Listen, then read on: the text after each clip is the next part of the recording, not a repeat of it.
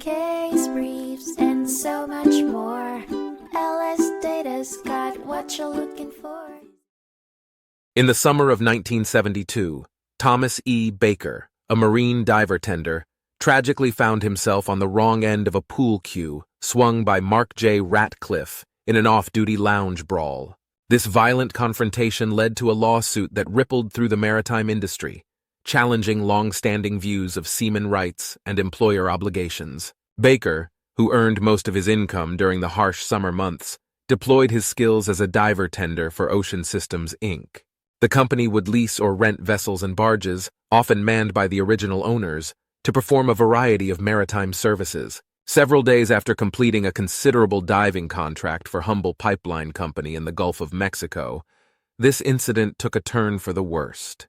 Harboring grave injuries from the altercation, Baker sought maintenance and cure, a maritime law provision ensuring the welfare of seamen injured in service of their vessel, from his employer. However, to his dismay, the district judge ruled against him, citing the precedent set in the Sellers v. Dixilyn Corporation case. According to the court, while Baker may qualify as a seaman under Offshore Company v. Robeson, he was not engaged in any ship-serving activity at the time of his assault. Therefore, he did not meet the criteria for maintenance and cure, and likewise, Ocean Systems, Inc. did not possess any re-employment obligations. The Baker v. Ocean Systems, Inc. case underscores the nuanced and often complex relationship between seamen, their employers, and the vessels they serve. While established laws like the Jones Act aim to ensure their protection, the specifics of each incident shape the application and interpretation of these laws, sometimes to the detriment of those they aim to protect.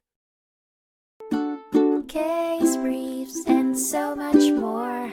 LSData's got what you're looking for. Visit lsd.law, elevate your mind. Leave the stress of climb.